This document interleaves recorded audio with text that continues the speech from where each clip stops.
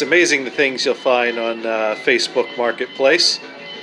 A while ago, picked up this nice looking funky bar. Was thinking of building a bar for this area, have something to make some drinks at, and one of my friends sends over this link, and I'm like, yeah, that's nice. And then he showed me the pictures that it has a built-in 8-track deck, and I'm like, ooh, there we go. And then I saw it in person and see that it lights up. Fortunately, the motor was all seized up on the 8-track deck in there, so that had to go.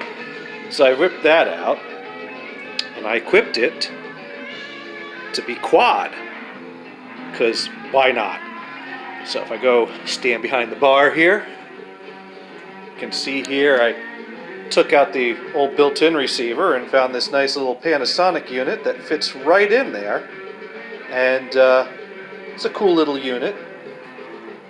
You see here, it's got a nice little joystick control. That's working.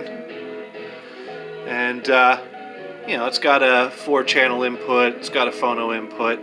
I've got zone 3 of the home theater system over there, feeding one of the inputs over here. So that gives me some options. But got a little 8-track unit here, so I could do quad 8-track over here.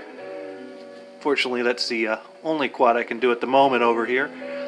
But this is a interesting unit in that this comes out, and there's a adapter for this that you could put in a car, so that way you could have 8-track in the home and in the car, and only have to have one actual 8-track player.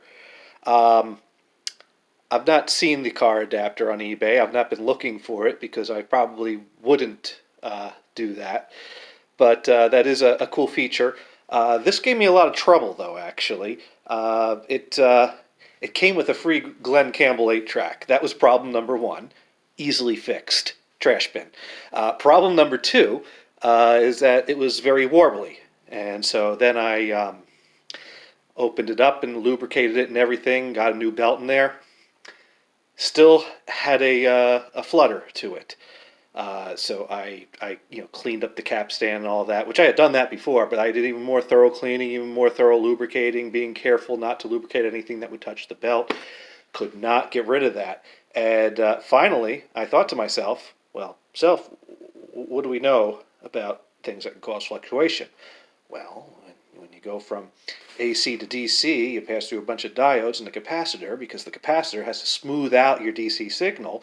And if that capacitor would go bad, which is what goes bad on a lot of old radios, that could cause a fluctuating DC signal feeding the motor, and that could cause my consistent flutter I'm having.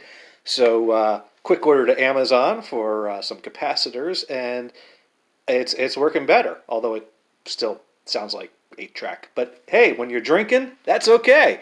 So there's my Quadraphonic bar. So New Year's resolution for 2020, more drinking, more quad.